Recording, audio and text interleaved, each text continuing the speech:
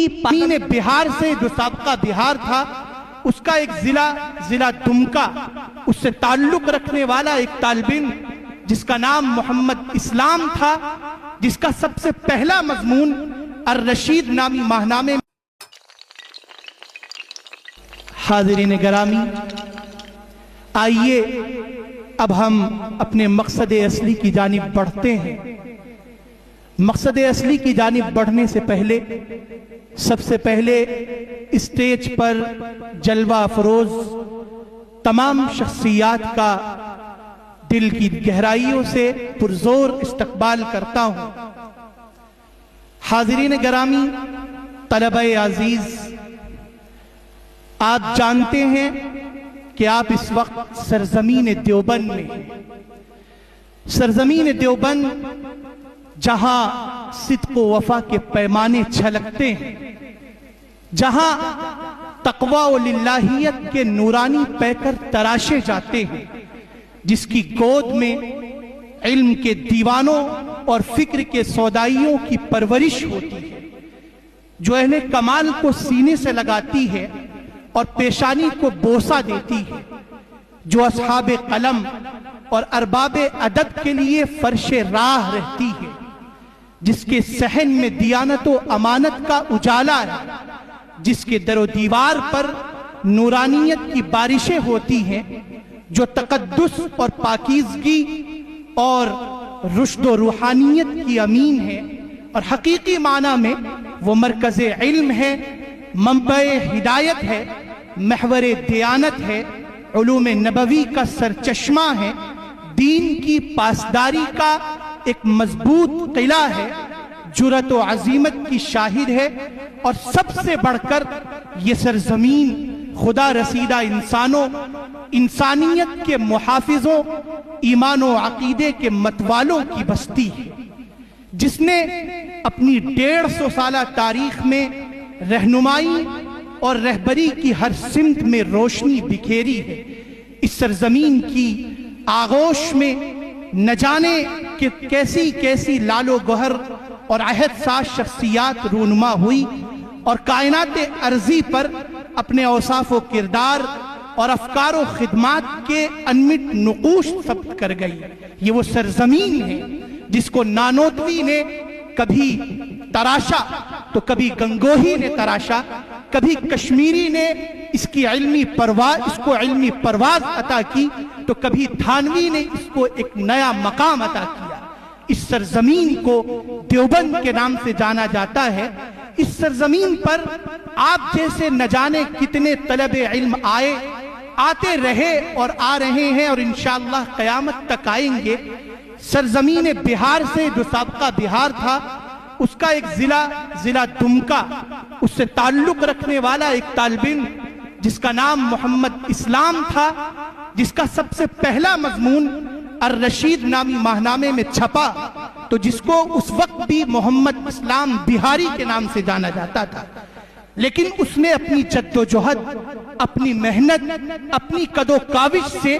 سال گزشتہ تک، اور سال گزشتہ کہہ لیں بلکہ اپنے آخری سفر پر جب وہ روانہ ہوا ہے تو دنیا آج ان کو شیخ الادب حضرت مولانا مفتی محمد اسلام قاسمی صاحب علیہ الرحمہ، استاذ حدیث و ادب دارالعلوم وقف دیوبند کے نام سے جانتی ہے۔ یہ اس سرزمین کی کرشمہ سازی ہے جس نے نہ جانے ایسے کتنے لال و گوہر پیدا کیے۔ وہ شخصیت جن کی کتابوں کے اجرا کے لیے ہم اور آپ یہاں جمع ہیں، وہ کوئی بہت مضبوط بیک گراؤنڈ نہیں رکھتے تھے، وہ کوئی علمی خانوادے سے نہیں آتے تھے، بلکہ ایک عام فرد، ایک عام گھرانے میں پیدا ہونے والا ایک عام سا بچہ تھا جس نے صرف اپنی محنت سے اور اپنی جد و جہد سے اپنے اساتذہ کا، اپنے اکابر کا کے درمیان اپنا ایک مقام حاصل کیا، اپنا ایک رتبہ پیدا کیا، اور اس مقام اور اس رتبے کی بنیاد پر دارالعلوم دیوبند نے ان کو خدمات کے لیے منتخب کیا، ادائی کے معاون مدیر رہے، اور پھر اس کے بعد آپ جانتے ہیں دیوبند کی تاریخ کا ایک عظیم انقلاب پیش آیا۔ اس انقلاب کے اندر وہ کاروان حکیم الاسلام علیہ الرحمہ کے سب سے مضبوط سپاہی رہے، اپنی جرأت، بہادری اور نڈرتا کے ساتھ مکمل اپنے خود اعتمادی کے ساتھ اس قافلے کے ساتھ لگے رہے، اور تا آ کے مکمل اسی اعتماد کے ساتھ اپنی جان آفری اس کے بارگاہ رب العالمین میں سپرد کر دی۔ تو بہرحال کہنے کا مقصد یہ ہے کہ اس شخصیت کی سوانح پر مشتمل 2 جلدوں پر مشتمل آپ یہاں کتابوں کا اجرا دیکھیں گے، اور اس کے علاوہ ان کی اور مزید کتابیں ہیں جن کا یہاں اجرا ہونا ہے۔ تو یہ تمام مراحل آپ کے سامنے ہوں گے، اور مرحلہ بمرحلہ یہ تمام چیزیں پیش آئیں گی۔ ہمارے مہمانان کرام بھی یہاں تشریف فرما ہے، ان کے خطابات اور ان کے تاثرات بھی آپ حضرات سنیں گے۔ ایک بات میں عرض کرنا چاہوں گا کہ اس طرح کی تقریبات میں آپ نے پہلے بھی شرکت کی ہوگی، کتابوں کے اجرا کی تقریب ہو یا کسی شخصیت کے سیرت کے تعلق سے، ان کی سوانح کے تعلق سے یہ تمام تقریبات اگر منعقد ہوئی تو اس پر غور کرنے کی ضرورت ہے کہ ان تقاریب کا مقصد کیا ہے۔ یہ کتابیں جو آ رہی ہیں منظر عام پر، ان کتابوں کا مقصد کیا ہے؟ یہ اپنے اسلاف کی جو کاوشیں ہیں، ان کے جو افکار ہیں، ان کے جو نظریات ہیں، وہ مرتب انداز میں جو آپ کے سامنے آ رہی ہیں، ان کا صرف اور صرف ایک مقصد ہے، اور مقصد یہ ہے کہ آپ دیار مہر و وفا کے راہی بن جائیں، آپ کا نفس بوئے عشق و محبت سے سرشار، آپ کے دلوں کے اندر جذبہ عمر کار فرما ہو، آپ کے اندر غیرت ابوبکر کار فرما ہو، آپ کے اندر حیائے عثمان کار فرما ہو، آپ کے اندر جرأت علی کار فرما ہو، اور مجموعی طور پر آپ کی زندگیوں میں سنت نبوی کار فرما ہو، اور آپ ان تمام چیزوں کو لے کر اور اپنی زندگیوں کو سنت نبوی اور افکار اسلامی اور تعلیمات اسلامی کے مطابق ڈھال کر ایک